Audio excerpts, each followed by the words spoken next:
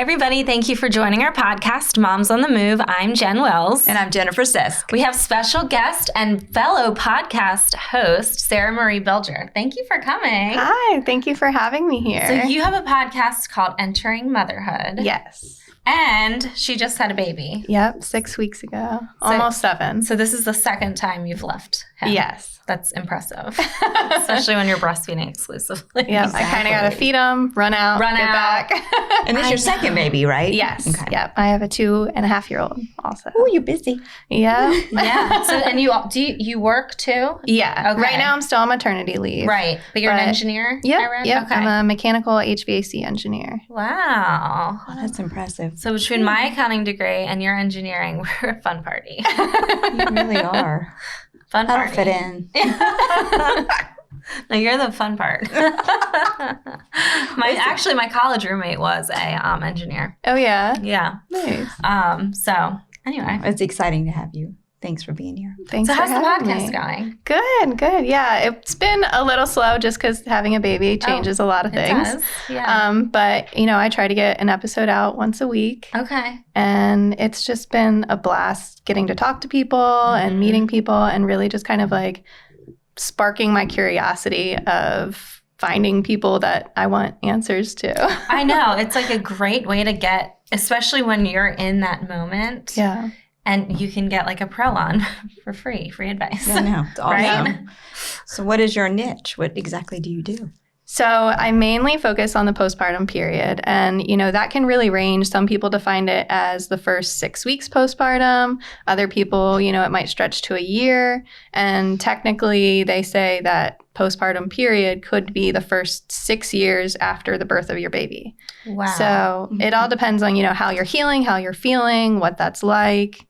And just, focusing on that and really uncovering answers to things that I was feeling as a new mom and didn't feel like I was getting the answers to, or finding information about, all the things that people don't talk about. Mm-hmm. And I really wanted to uncover those things for myself. And I was already having these amazing conversations. Yep. So I was kind of like, why don't I record this and share it for other people to hear? So that's really where it originated. You started it with your daughter. How old was she? Yep. So she was probably about a year that the idea really started blossoming and getting into everything. And then I just started it last January. So she had just turned a year in August. Okay. And then that January. Perfect. And then you probably found out you were pregnant again, right? Yeah. Right around then, right? Yeah. So I guess it was April Okay. that we got pregnant again. And then he was just born. So. You just needed more experience, I think, with it all. So how about try it too? Right. Yeah. And actually for my first, it was a cesarean birth. Okay. So it was unplanned, not what I had envisioned for my birth at all. So I think that really propelled me to kind of spiral into this, like, what's happening? What's going on? Like, why did this happen? And then our second was a VBAC. So, and that was something. No, it's a vaginal. Like I did. I didn't know what that was until my friend got that. Yeah. No, what is that? It's a vaginal birth after cesarean. Oh, see, I just had 2 zippered out, 2 cesareans. Yeah. So, wow, I didn't know there was a name for that. Mm-hmm. Yeah. It sounds a lot more intense than, because I know there's risks involved to that, but a lot of people, I don't know, I never got a cesarean, but I had friends who were like, I'm doing vaginal birth. Yeah. For sure, and never doing another C-section. Yeah. How would you compare? So the recovery was, I guess, a lot easier because I didn't have that incision. So I could move right away. But I think I kind of overdid it because I felt better than I did with the cesarean. Yeah. So, and then also, with my first, we were in labor for over 24 hours. And so my pelvic floor did get a lot of work, things like that, but it was nothing compared to the vaginal delivery. So I was probably 3 days postpartum and just kind of lost it as far as control of my pelvic floor. So, and that was what is this? What's going on? And I was texting my friends Do you know Ashley Denoy? Yeah. Yeah. Yeah. So she's Bodyworks, does all the pelvic floor, everything. And she's so informative with that stuff. But we had her on and just kind of talked about even just, like basic stuff, like the impact like with working out or like sneezing or coughing. Like I know, like I had a coughing fit, what was it, December? Yeah. I just kept being like, I just peed my pants again. I know. Or everybody, when we go to work out, we work out at the same place right before they realize we're going to do jumping jack, beeline for the bathroom. Beeline. Yeah. Because jumping jacks and TT. So. Yeah. So it is. It's just so much in your body. And, like conversations like that, like she mentioned, I remember she said like a lot of times your muscles are too tight, which I didn't realize that it was even a thing. It's kind of like my butt muscles. It's just too tight. just too tight, ridiculous. Guys. So anyway, but what else have you talked about and covered? So I've had conversations, with doulas in the area, and because that's how it started with just like people sort of in the area that I was like seeking help from. Yeah. And then it's kind of progressed to really awesome stories of moms that have had either traumatic experiences or just unique situations and what they've done to kind of overcome that and, like where they are now and what they've learned and now like how they're helping moms who are in similar situations go through the same thing. Yeah. So I think that's just been really awesome. What did you find the biggest issue was when you talked to women? The biggest issue? I think it's just depression afterwards. Was it, like you said, the trauma of just having the baby, or? I think it's like your identity crisis kind of occurring and you're not sure who you are anymore. Like now you're this mom, but are you still, like, was I still Sarah? Like, who am I? And I think, like, that was the issue with me, too. I was finding it was probably 6 months and I was on the floor in our bedroom crying to my husband, like, I don't know who I am. And I really needed to find, like, something that defined me as an individual, not just, who I was now as a mom. Because I think sometimes we throw ourselves into this whole of we need to do everything for our children. And yes, we need to be there for our children, but we also still need to be taking care of ourselves. So that took a lot of time to really realize that that was okay. And I could take, like these moments away from my baby and, they're still going to be okay. They're still going to be fine. There's so much responsibility. You think, well, there is, but then you think it's all on you and you have to control every single thing and you're in control of every single thing when they're little. Yeah. So it does put a lot of pressure on you to be perfect and to be there and to do everything right. And it just doesn't have to be that way. Yeah. And I think, like you said, to do it right. I think a lot of times moms are trying to like do it like perfect and, have everything in line. And I have to have the right, blankets and bottles and this and that. And we get so overwhelmed with like trying to make sure that our children are having everything that they need that we kind of like lose ourselves. You're lost. Yeah. You do. Yeah. I know with my third, it was just so different. I mean, in every way, because I felt like I was already overwhelmed with the other boys. And so then I felt like, oh my gosh, how am I even going to parent this one? And then I had a very traumatic birth with my third. So then it was just all of it. Like I remember feeling like, and it was postpartum depression, but it was just like I felt very broken and I felt like I was never going to be the old Jen, and I felt like everything was going to be different. I was never going to be able to go back to work. My friends were never going to understand everything I just dealt with. And I said it on here one time. I remember it was a New Year's Eve party and my friends were like, just come by. And I remember like being like genuinely mad at them for thinking that I could do that. Like, how dare you ask me to just come by? Do you know what's like on my plate? I can't just come by. But then I was thinking like the old Jen would have just gone. I mean, it wouldn't have been a thing. And like, now look at you. It's just, Jen. Yep. But it's everything. It's hard to not be able to be that person that you used to be when you want to be. I was tired. I was so tired.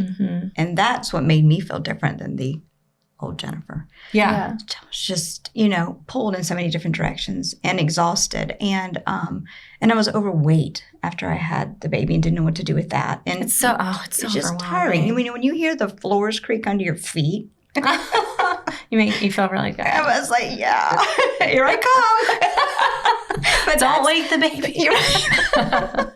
It's just hard because you've lost your body. Yeah. You're not the same Jennifer, just like Jen was talking about. All of it. It's hard. So we need people like you. Yeah. And then so that actually brings up like a segue into the nutrition aspect of this. So you focus a lot on the nutrition postpartum. Right. Yeah. So that was another thing. I considered myself fairly healthy. I ate well. I was doing all the right things.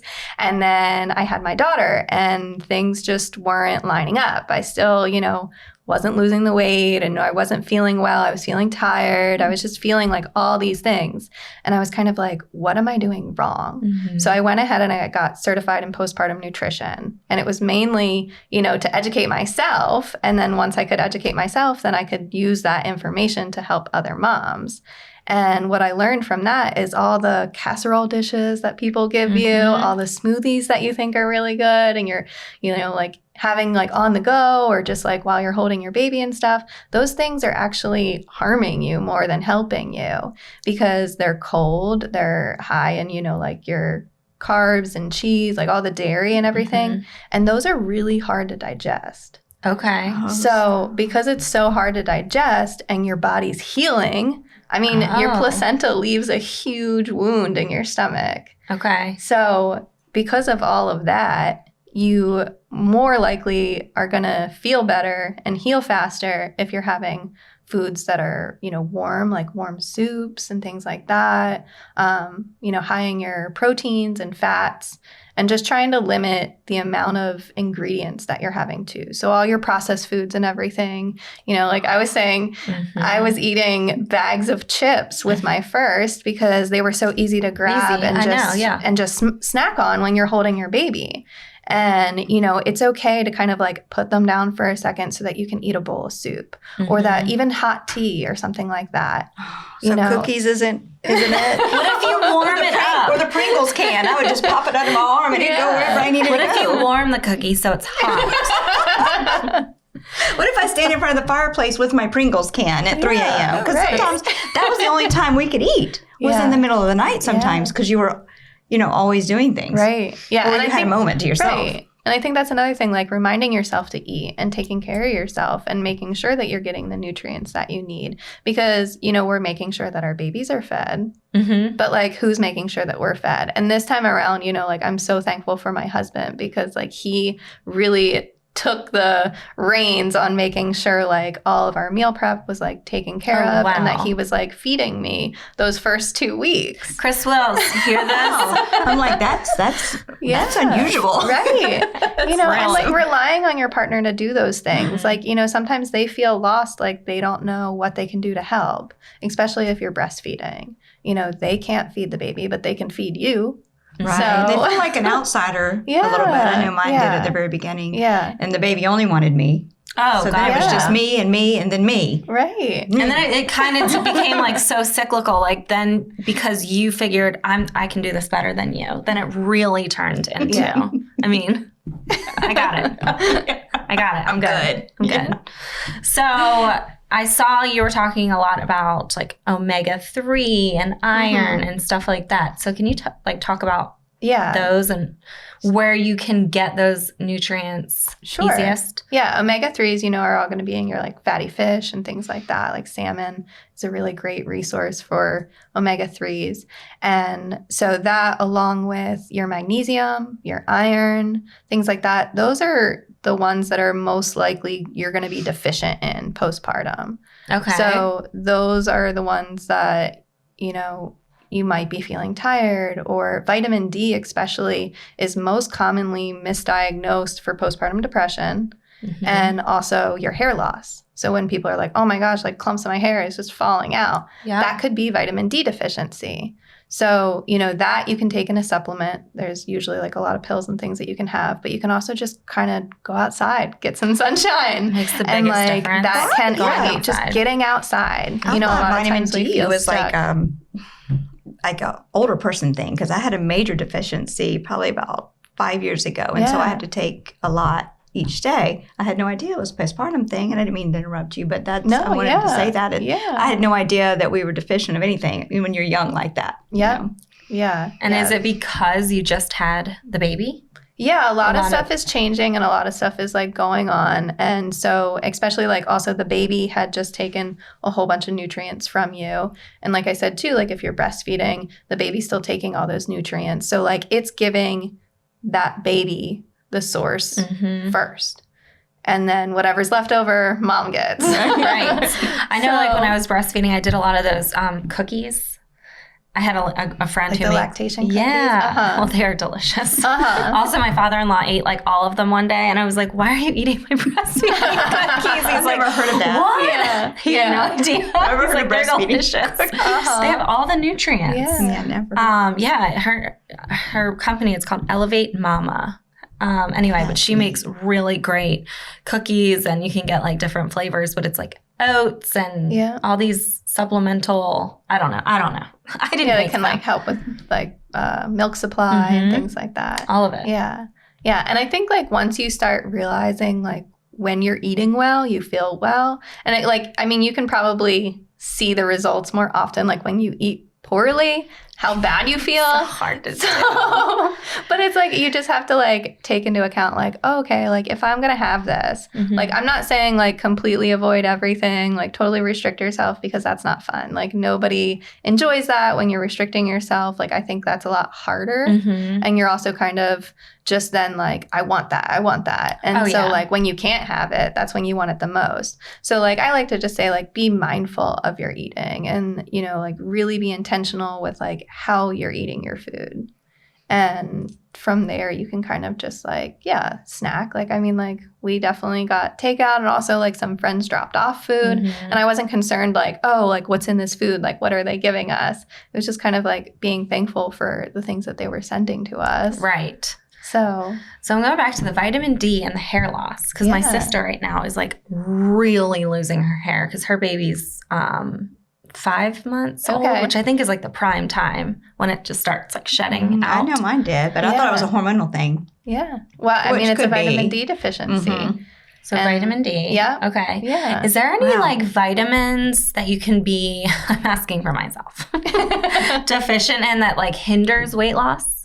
Or no? I think it's just like an individual thing. So for me, I had gone on this huge long process of trying to find out, you know, what foods I have sensitivities to. And I think now there's like tests that you can do. And it's just like a little prick and they tell you like what foods you have sensitivities to. And I think that is really the main cause for like hindering weight loss. I really need to do that. Yeah. Because I have major stomach issues. I do know that when I was going through the menopausal mess, which I'm still going through, when I consulted help, that they said if you are deficient and your body is not metabolizing and working correctly the way it should, is its optimum level, then you can struggle with weight loss. It's not everything, but it's part of the, it's part of the process is to have all of your vitamins. And so maybe I'm just deficient in vitamin like C. Yeah. That's why I can't lose weight. I think you can get like a full, palette too of like what all your levels are at. So like you can go to the doctor and they'll tell you what you're possibly deficient in and things like that. And then you can kind of start from there. And then, like I said, the sensitivities. So like I don't do well with eggs, for example. Like that is one thing. And I'm also allergic to nuts. So like I'm definitely avoiding nuts like all the time. But then eggs, I make sure like if I'm going to have a cupcake or something that was baked with eggs or, there's traces of eggs in it, I'm going to feel off. And that's why. Right. But then I don't go out for breakfast and order eggs because I know that that's not going to make me feel good. So I think once you understand your body and really kind of take that time to say, I ate this and I felt like this, so maybe I don't want to eat that anymore. It's like wine. Do you work with people just one-on-one? Is it a program or do you have sessions? How do you work with people? I've done like one-on-one and I've also done like a group course. So that was a lot of fun. And, it's only been going on for a year. So I'm just kind of like taking it as it goes. And so as like the baby gets older, do you adjust people's like food plans? Yeah, definitely. I mean, like I would say every like 3 to 6 months. Okay. You're changing things up or reintroducing different foods or really just taking a note again to see like how you're feeling. Like, are you getting more tired? Like maybe this isn't working out, and you can reevaluate. I think when we stay stuck in like the same eating habits over and over and over again, if it's working for you, stay there. But if it's not working for you, then reevaluate it. Mm-hmm. So hard to do. Why is it so hard to do? I feel like that is one of the hardest things is to eat healthy for me. Because you just want to eat what tastes good. Right. It's so simple. It's crunchy and things and stuff and sweet. Today on my way here, I had this like beet juice shot. And for some reason, I thought it was going to be delicious. I literally had the worst taste in my mouth. But I think it is supposed to be healthy for like energy. I don't know. Yeah. Could be. Not sure I highly recommend it, guys. Never had a beet juice shot. Yeah. I mean, I've done like the wheatgrass, but this was a little beet juice and it looked good. I was like, yes. This is going to be delicious. Like, oh, God. And I think a lot of people do that too. Like they'll kind of like force themselves to eat things that aren't enjoyable because they think that it's going to be good for them. And I see it as like, find foods that you like. Like find a vegetable that you're really into and try to make sure that you're incorporating that into every meal. Right. So don't, go out of your way to like take a shot that delicious beet juice shot. Well, do you come across anybody with postpartum depression? Do you work with that or do you refer them out? Because definitely like if you're having, like I've been going to therapy since I was like 6 months postpartum with my daughter. And that has been something that's like drastically improved like the way I feel. And like, even if I don't need to be talking to her, to know that somebody's there that I can go to, has been a huge like weight off my shoulders. Like knowing that there's a resource there. It's like her. Yeah. Just touch it lightly. Yesterday I called her and I was saying like, work's been so frustrating and, like I've been working a lot and it's just not like panning out. And it's not coming together. It's not coming together. It's like constant work and there's no active contracts. There's just nothing happening. It's like, well, submit offers and blah, blah, blah, do showings. And she's like, you're in the hallway of hell. In the hallway of hell. And I was like, I love that. So last night I took a photo of my hallway and I was like, hallway of hell. with a really face like. So she's like, yeah, so you're just like waiting for the door. A door to open in the hallway. I loved that. And some hallways are short and then some are really, really long. And then some have the wrong doors. But, there's always a hallway of hell to get from one place to the other. Yeah. So, and sometimes after, having a baby right after is that hallway of hell. Yeah. It's hard. It's It's like that fourth trimester then. Yeah. It's just and I hard. think knowing that door is there kind of helps. Like you might not be able to see it. Well, I know. And it was funny because like I felt like I had like an image in my head and I was like, okay, like the doors are there. It's just like I'm working towards that. I see the crack, the light, and right. It's there. It's there. Yeah, and you help people see that it's there. Yeah. It's awesome. Yeah. So other tips that you mentioned, decluttering. Do you like to declutter? Yes.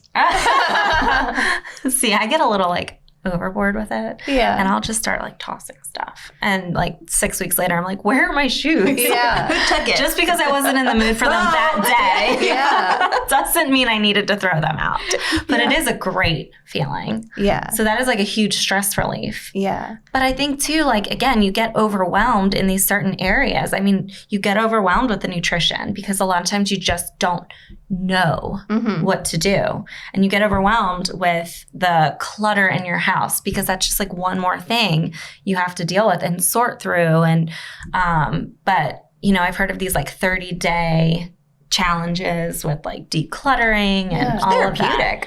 It is, but you can see how it gets like, if you close your eyes, it's not there. You do one. You know what I tell people, and she may have an idea too, is I tell them one table, one closet, one drawer at a time. And when you do one thing, then you're like, whew. And then we go on to the next. And you follow through and you because you did it and you proved yourself that you could do it. And you believe in yourself and then you get excited because you can look back and see what you've done. Right. And I would say to that too, like knowing why you're doing it. And I think like having that why staying in like the forefront, like, okay, if I cleaned this area, what would that do for me? Like, I mean, when I was nesting with our second, it was I love that period when you're just like a raging psycho. Right, and you want to do those things. When you want to. Yeah. Yes. Yeah. And so I was kind of just like going through and like cleaning up these areas because I knew if it was clean when baby came, then he'd have more space. Like we changed our one countertop in our kitchen area. Mm-hmm. There's like a little tiny kind of off suite area. I don't really know what it's like a butler's pantry. Maybe, but it's like just kind of there still in the kitchen. Oh, okay. And then there's cabinets up there. I converted that to a whole changing station. Yeah. Okay. So we have, you know, wipes and diapers and a changing pad, like all downstairs right there, like right on the countertop. When like, you know, that used to just be a clutter, like drop off, throw wherever, you know. Drop zone. Yeah. Mm-hmm. You made it work for you. Right. Yeah. So now it's like an intentional space that is dedicated to changing diapers. Yep. Well, and I think the important message today is just like how everything is so seasonal and just, you know, reaching out to get the help you need. Yeah. Because if you can do one step at a time, you know you're not feeling good. So what are you going to do? Like reach out to somebody who knows that area and who can help, and find a life coach and find a nutritional coach and postpartum. And a realtor when you want to. And then I will help you find a house, guys. I don't offer much in life, but we can talk real estate. So anyway, well, thank you so much for coming. Thanks for having me. Yeah, tell everyone where they can find you. So my website is www.enteringmotherhood.com. And I'm also on Instagram at Entering Motherhood or Sarah Marie Bilger. And that's where you can find me. Yes, tune in, ladies, to her podcast. She's fantastic and offers really great advice. So thank you again. Thank you. And we want to thank our sponsors real quick. We want to thank Amanda McCall with Prime Lending. We want to thank Nest Realty, my brokerage.